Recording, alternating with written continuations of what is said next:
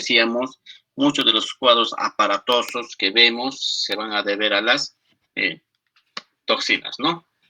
Es así que vienen ese tipo de niños como si hayan sufrido una quemadura, sea por agua o sea por eh, algún químico, ¿no?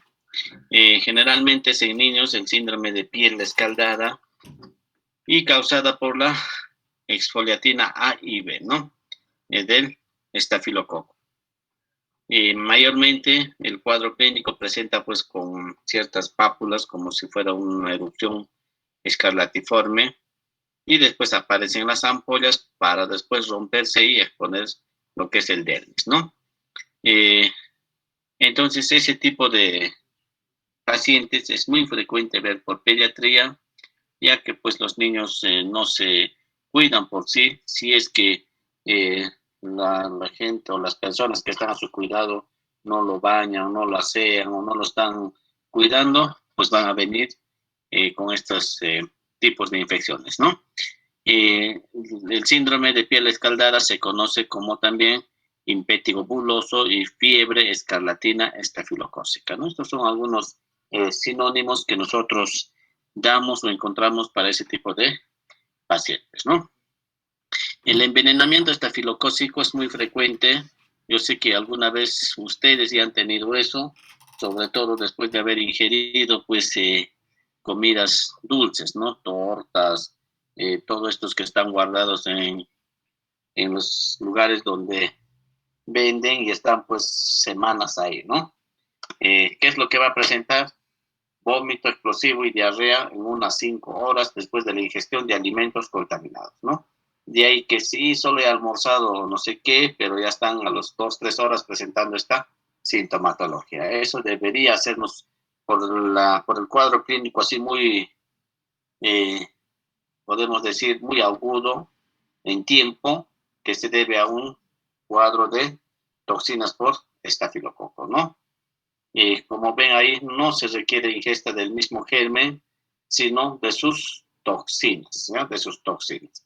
Lo bueno de este tipo de infección es que se autolimita a las 24, 48 horas, ¿no? Pero son suficientes para que un paciente pueda llegar a cuadro séptico, inclusive incrementar las posibilidades de mortalidad, ¿no? ¿Qué más tenemos, no? El síndrome de shock tóxico estafilocócico. Eh, Miren, ¿desde cuándo se va viendo, no? Desde 1980. Se supone que hoy deberíamos de alguna otra forma haber controlado, pero la incidencia sigue aumentando, ¿no?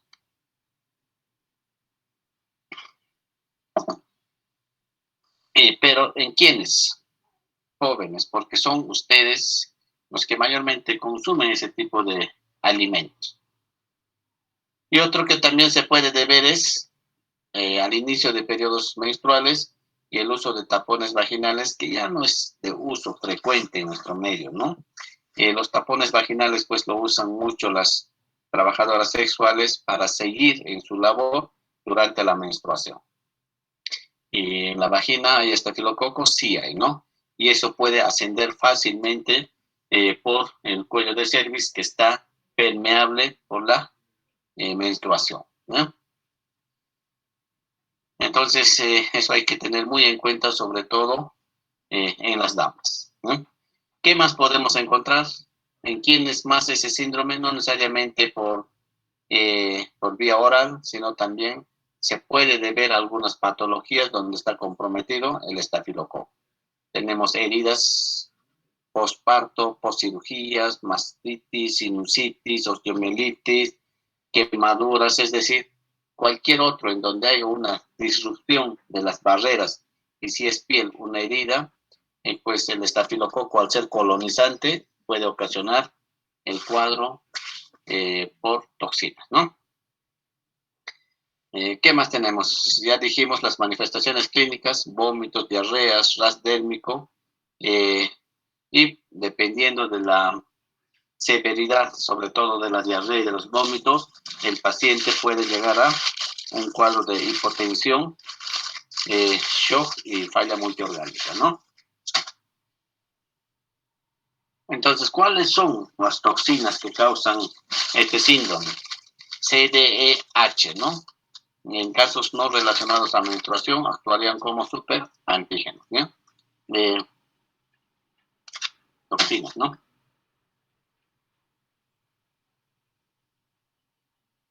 Muchos de nosotros ya tenemos anticuerpos para neutralizar esas toxinas, ya que comemos de todo, ¿no? Y como ya tuvimos, también adquirimos inmunidad, ¿ya?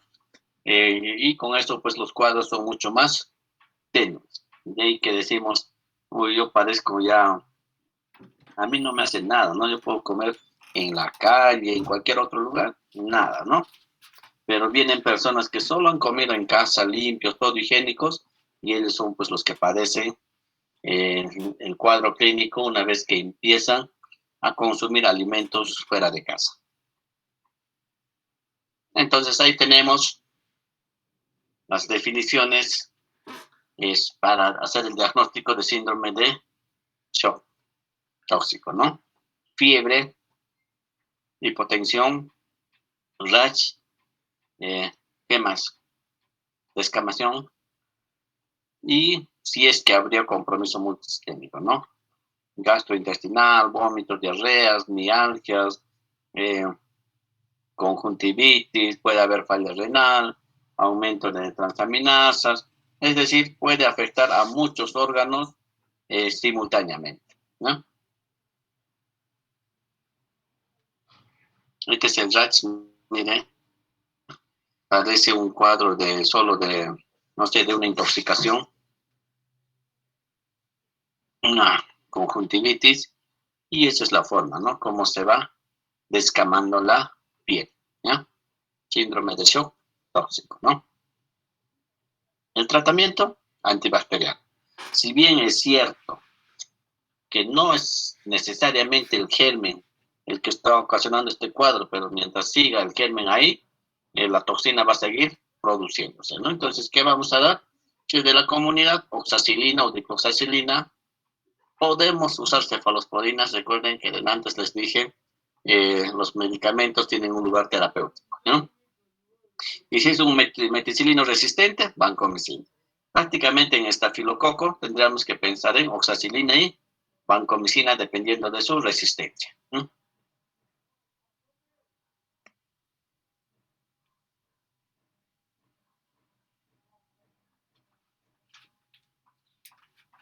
Bueno, esto es en lo que se refiere a tóxicas, ¿no? Ahora, tenemos un cuadro de infección por estafilococo aureus meticilino resistente. Al inicio decíamos que hay de la comunidad y hay intrahospitalario. Muy asociado a neumonías, como ven, y unos lesiones, no lesiones, un cuadro clínico muy aparatoso para la magnitud de la infección, ¿no? Imagínense que tu dedo esté así, ¿por qué? Porque te hincaste con una aguja, ¿no? Entonces todo eso puede ocasionar el estafilococo aureus meticilino resistente de la comunidad, por ejemplo, ¿no? Entonces hay que tener bien en cuenta y también es por toxinas, ¿ya? Entonces, estafilococo aureus meticilino resistente de la comunidad, el que es más sensible a los antibióticos es el del hospitalario, aunque no crean, ¿no? ¿Por qué es tan complicado manejar el estafilococo aureus o el MRSA de la comunidad? Eh, Porque tienen ese toxina, el PBL, pantovalentín leucocidin, ¿no? Potente toxina asociada por un culosis, ¿no? Y eso es lo que ocasiona la severidad de la enfermedad, ¿no? No todos los estafilococos producen el PBL, pero los que lo producen, que mayormente son comunitarios, se asocia a cuadro clínico muy manifiesto. Otros estafilococos, hablábamos del coagulasa negativo, que puede ocasionar bacteremias, endocarditis, por ser uno de los principales gérmenes colonizantes de la piel. El Staphylococcus saprophyticus puede causar ITU, muy rara vez, porque primero en ITU están los gram negativos, ¿no? Estreptococo, ya hablamos del estafilococo, los principales. Ahora hay un gran grupo de estreptococos, ¿no? No todos son muy patógenos, pero la mayoría ocasiona infecciones, ¿no? Como decíamos, estreptococo es parte de la flora normal a nivel orofaringio y tracto gastrointestinal. De ahí, cuando piden cultivo de esputo, tiene que crecer pues, estreptococo porque es parte de la microbiota, ¿no? Todas las características, cocos gram positivos, forman cadenas, catalasa negativo, recuerden que el estafilococo era catalasa positivo, la mayoría anaerobios, estrictos crecen mejor en agar sangre, lo cual provee catalasa y permite el crecimiento aerobio, ¿no? Bueno, son características, ¿no? El estreptococo de repente es uno de los gérmenes que tiene una clasificación muy compleja, pero lo tenemos que saber, ¿no? Hay un sistema de Lancet. ¿Qué más tenemos, no? Lo va a clasificar pues según la antigenicidad del carbohidrato, ¿no? Pero vayamos mejor a lo, como quien dice, a lo cristiano, ¿no? Entonces, el estreptococo lo van a clasificar como A, B, C, D y G. Ahí tienen, ¿no? Grupo A, Streptococcus pyogenes. Grupo B, Streptococcus agalactiae. Grupo C, Streptococcus equisimilis, X, que no son infectantes en el humano, ¿no? El grupo D es el enterococo. ¿Qué más tenemos? El grupo, bueno, básicamente eso, ¿no? Los demás como que no lo usan, ¿no? El Streptococcus canis es del perro, pues, ¿no? No tiene por qué tener cierta asociación con el humano. Los que sí tenemos es A y B. Estreptococo del grupo A, estreptococo del grupo B y el D que ya es enterococo y no estreptococo, ¿no? Aparte de eso, nosotros por su patrón hemolítico lo clasificamos como alfa, beta y gamma. Entonces yo tengo que, cuando hablo de estreptococo, tengo que hablar estreptococo del grupo A, alfa hemolítico, ¿no? O beta hemolítico. Y según eso yo ya tengo mi agente, ¿no? El estreptococo neumonía es alfa. ¿Y qué va a ocasionar? De repente es uno de los principales gérmenes que están muy asociados a infecciones. Neumonía. Las neumonías bacterianas, si bien es cierto que han disminuido enormemente, pero seguimos teniendo, ¿no? Otitis media, meningitis, el neumococo, ¿no? El viridans y otros, ya decíamos, el viridans también es otro tipo de estreptococo. Dentro de ellos, del grupo viridans, así se llama grupo virida, tenemos estafilococo mutans, caries dental, estafilococo viridans, endocarditis, abscesos dentales, estreptococo thermophilus y costellatus, que no, pues, no es muy asociado a patógenos, ¿no? Por ejemplo, el thermophilus, eso lo comemos en quesos y yogures, ¿no? ¿Cómo creen que se hace el queso? Es justamente con este germen, ¿no? ¿Qué más tenemos? Ahora tenemos hemólisis completa o hemólisis o beta hemolíticos. En el beta hemolítico todavía podemos clasificar del grupo A como es piógenes, que va a ocasionar faringitis estreptocócica, ¿no? Fiebre reumática, fiebre escarlata y todo lo demás.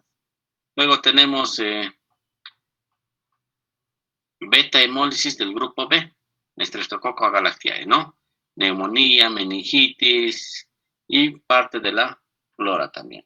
Los otros, el Ixopidermicus no es muy característico en humanos, pero el enterococo sí. El enterococo del grupo D, que también es beta hemolítico, tenemos que sí o sí conocerlo, sobre todo el fecalis y faecium, que son muy frecuentes, sobre todo en infecciones operatorias de sitio quirúrgico, en donde compromete una cavidad, ¿no? Y ausencia de hemólisis a la vez causa enfermedad, ¿no? Entonces, este cuadrito tiene estos dos, ayuda mucho a que puedan ustedes identificar el tipo de estreptococo.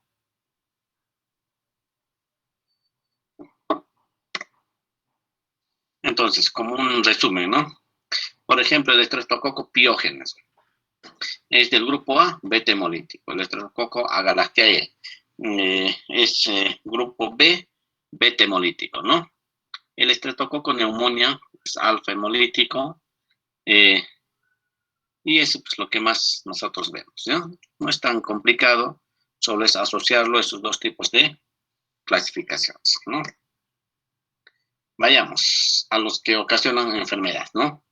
Neumonía, piógenes, víridas, agalactiae, ¿no? Ahí tiene el estreptococo neumonía, ese cuadrito resume bastante el tipo de infecciones que puede estar comprometido por este germen. Sabemos que en la mucosa nasal y orofaringea sí vamos a encontrar el estreptococo neumonía, y que un resfrío por un virus ocasiona neumonía. ¿Por qué? Porque el virus hace disrupción de membrana y el neumococo, que es parte de la microbiota, ingresa y ocasiona cuadro clínico severo, ¿no? En senos para sinusitis en oído medio, otitis media a nivel de pulmón, neumonía. Pero cuando ese estreptococo llega a sangre, hace bacteremia. Una vez que hace bacteremia, puede, uno, hacer sepsis, otro, llegar al pulmón y hacer neumonía, otro, llegar directo al sistema nervioso central, meningitis, otro al pericardio, pericarditis, a la articulación, artritis y a otras, ¿no? Entonces es esperable que cualquier otro órgano puede desarrollar infección por estreptococo que ha llegado por vía hematógena.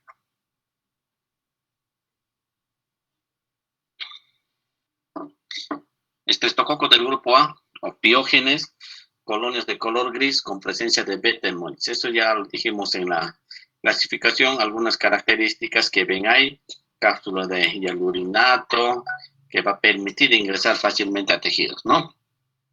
Proteína M, y así, ¿no? Entonces, son algunas características que tiene el germen, y sobre todo los productos extracelulares que tanto hemos hablado de toxinas y enzimas, ¿no? Estreptolicinas, que es uno de los principales toxinas, ¿no? O enzimas. Entonces, ¿qué cosas puede ocasionar el estreptococo piógenes? Infecciones respiratorias, faringitis, otitis, sinusitis, mastoiditis, ¿no? Pues cuando yo tengo un paciente con faringitis o todo asociado al sistema respiratorio superior, el principal germen asociado es estreptococo piógenes. Por eso quedamos pues penicilina, amoxicilina, yo no sé para qué dan clavulanato, pero bueno, me dan, ¿no? ¿Por qué? Porque yo estoy sospechando que estos cuadros son ocasionados por este germen que es parte de la microbiota. ¿Qué más tenemos? Infección de piel y partes blandas, pioderma, impétigo, de antes ya hablábamos de eso, que puede ser causado por estafilococo o por estreptococo. Erisipela, celulitis, fasciitis necrotizante, fiebre escarlatina, ¿no? Es muy frecuente ver fiebre puerperal porque los gram positivos estreptoestafilococo están colonizando la piel. Y en un parto, y si es con episiotomía, con mayor riesgo, pueden ser con infectantes, ¿no? De colonizantes a infectantes. Y si ese estafilococo produce toxinas, se puede transformar en shock tóxico estreptocócico, ¿no? Entonces, vemos la importancia de conocer la microbiota normal y asociarlo a diferentes infecciones, ¿no? ¿Qué más puede ocasionar secuelas no supurativas? Recuerden por qué debemos tratar adecuadamente un cuadro de estreptococo, porque puede dejar secuelas como la fiebre reumática o la glomerulonefritis, ¿no? Post-estreptocócica, ¿ya?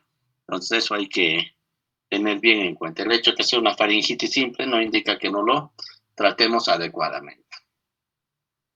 Entonces, bacteremias de estreptococo del grupo A, como se conoce, hay muchas, mayormente pues es a nivel de vías respiratorias altas y bajas, ¿no? ¿Cuáles son los factores de riesgo para las infecciones invasivas? Todo aquel cuadro clínico que esté asociado a la estructura, en este caso de la barrera como es la piel. Está en la piel estreptococo y al haber una disrupción va a ocasionar el cuadro clínico. Quemaduras, varicela, la sobreinfección de varicela, sí o sí tenemos que pensar en estreptococo, en la inmunosupresión, ya que en inmunosupresión todo o la mayoría de los colonizantes se vuelve infectante, ¿no? Menor de 2 años, trauma. Es decir, en la mayoría de esos vemos que hay una disrupción de piel, ¿no? Ya dijimos de la sepsis puerperal, que también hay una disrupción en caso de que haya microfisuras, si es que no hay episiotomía, ¿no? Drogas endovenosos, definitivamente, no siempre vas a tener el alcoholcito y el algodoncito para limpiarte y ponerte la droga, ¿no? VIH, que es inmunosupresión, quemaduras, procedimientos quirúrgicos, diabetes mellitus, corticoides, todo eso, ¿ya? Todo eso para predisponer a infección post-piógenes, ¿no? Ahí tienen los más comunes: celulitis, erisipela, bacteremias, fasciitis e infección de sitios operatorios. En niños, la faringitis es frecuente y puede condicionar a la fiebre escarlatina o síndrome de shock tóxico impético, ¿no? Glomerulonefritis y fiebre reumática como secuelas de una infección maltratada. ¿Qué más? Menos comunes en adultos, faringitis, mayormente los faringitis en adultos es por viral, ¿no? Viral. Como que se invierte, ¿no? Lo menos frecuente en niños se vuelve frecuente en adultos. En adultos lo menos frecuente en frecuentes, ¿no? Entonces eso hay que ver, ¿no? Estreptococo neumonía, eso ya el neumococo, ya lo conocen muy bien. Es el principal germen que causa neumonía, sinusitis, otitis, es decir, comparten mucho de las entidades junto con el estreptococo piógenes, ¿no? Piógenes. Entonces, colonizador, igual, estreptococo neumonía también es parte de la microbiota, mayormente en niños más que en adultos, ¿no? De ahí la importancia de tener siempre las ventanas abiertas para todo, no para que entres de vuestros chicos, sino para que salgan los gérmenes, ¿sí? Ventilación, siempre hay que ver ventilación, iluminación, ¿no? La transmisión persona a persona es al hablar, al toser y es ahí, ¿no? Entonces, el estreptococo neumonía, sí hay resistencia, definitivamente que hay resistencia, pero no produce pues la enzima, la beta-lactamasa, ¿no? Por ahí que no es aplicable darle inhibidor de beta-lactamasa, como es el clavulanato, ¿no?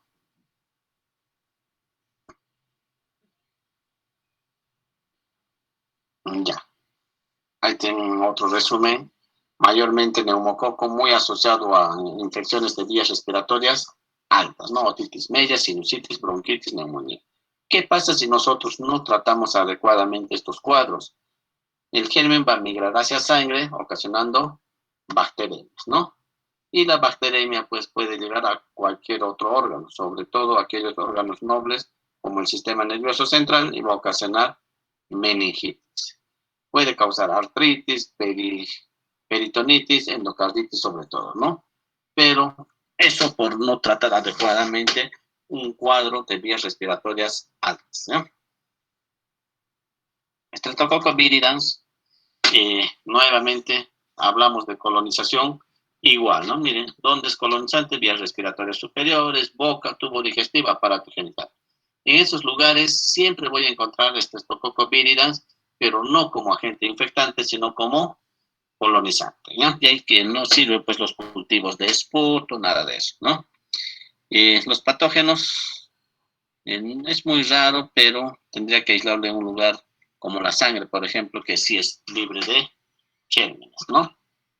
Este Streptococcus viridans no tiene mucha relevancia en manifestaciones clínicas, ¿no?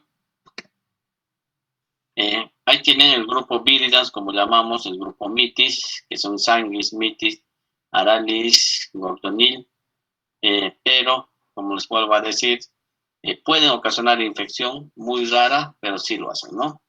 Endocarditis lo va a hacer cualquier germen que ingrese a sangre, entre ellos pues los del grupo viridans, ¿no? Manipulación dentaria, por ahí que los odontólogos sí o sí tienen que dar profilaxis porque la boca es un área altamente infectante por muchos gérmenes, ¿no? ¿Puede ocasionar neumonía? Sí puede ocasionar neumonía, ¿no? Bueno, todos los viridans pueden estar asociados a abscesos, sí. El mutans, y ya dijimos, mutans está muy asociado a caries dentales, ¿no? Entonces, las caries se pueden tratar con antibióticos, ahí tienen la interrogante, ¿no? Grupo mutans ocasiona infecciones dentales. Si ocasiona infecciones y le doy antibiótico, ¿qué va a ocurrir? ¿Cederá? No lee. Y el otro que decíamos, los enterococos del grupo D, tenemos Faecalis faecium. Son parte de la microbiota del tracto gastrointestinal que pueden ocasionar los enterococos. Y tú, por la vecindad, por la cercanía, decíamos que enterococo es parte del tracto gastrointestinal, por ende se puede encontrar a nivel de en las heces, ¿no? Bacteremias, endocarditis, hay que recordar que enterococo puede traslocar hacia sangre y ocasionar o llegar a una valva que está ya con un cuadro inflamatorio, ¿no? Y se asienta y ocasiona endocarditis, ¿no? De ahí refuerza por qué usamos vancomicina, ¿no? Infección de sitios operatorios, sobre todo si es que son intraabdominales pélvica, ¿no? Muy raro que enterococo llegue a cabeza, imagínense de estómago a cabeza, bien difícil, ¿no? Pero igual todo es esperable. Ahí tienen, si bien es cierto que hay dos especies, pero solo dos de alguna otra forma ocasionan la infección. Faecalis un 90% y Faecio un 5 a 7%, ¿no? Y eso tienen que tener en cuenta, miren, coloniza parte de la flora normal. Si en heces me aíslan enterococo, tendría que preguntarme, ¿es infectante o es colonizante, no? Y para eso otros factores o manifestaciones clínicas. No todo lo que es positivo en un examen es pues infeccioso, sino puede ser colonizante, ¿no? Y no solo la flora intestinal, sino también la faringe, región perianal y ambientes hospitalarios, manos y heces, ¿no? Entonces, quien no se lava la mano probablemente esté andando con su enterococo, ¿ya? Factores de riesgo para hacer infecciones por enterococo, ahí tienen edades extremas, enfermedad de base, alteración de barreras, que es el principal, corte, traumas y todo lo demás, ¿no? Y alteración de la flora por tratamiento antibiótico. Esto siempre hay que tener en cuenta. Faecium es resistente, hasta solo es vancomicina el tratamiento, pero imagínense que le dé una amoxicilina, voy a barrer toda la microbiota que está compitiendo contra Faecium y voy a aislar un germen muy resistente, ¿no? Entonces hay que pensar bien antes de dar antibióticos, ¿ya? Entonces, ¿qué cosas puede ocasionar? Ahí tienen ictus, bacteremia, endocarditis, infección hepatobiliar, infección de sitio operatorio, sepsis, todo, ¿no? Es decir, por cualquiera de estos lugares va a ser una bacteremia, ¿no? Y al hacer una bacteremia, pues llega a cualquier otra parte del organismo. Muy rara vez el enterococo puede ser como un germen primario, es decir, por ejemplo, tengo un absceso hepático por enterococo, que enterococo haya ingresado por otra vía que no sea traslocación del tracto gastrointestinal, ¿no? Entonces, ahí tienen enterococos, tienen alta resistencia a beta-lactámicos, el fecalis sigue siendo sensible a ampicilina, aunque eso ya solo es en el antibiograma, y el faecium es resistente a todos y la única droga de elección, vancomicina, ¿no? Y en una endocarditis no podemos jugar, nos tenemos que dar con todo y el antibiótico que coberture más ese tipo de gérmenes como es la vancomicina, ¿no? Ya, chicos, ¿alguna pregunta?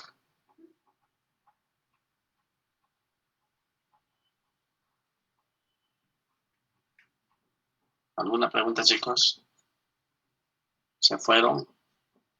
No, doctor, sí, todo claro, claro. Todo bien, doctor Gret. 5, ¿no? Piensan, son 5, porque solo hay 40. Bueno, 39 conmigo.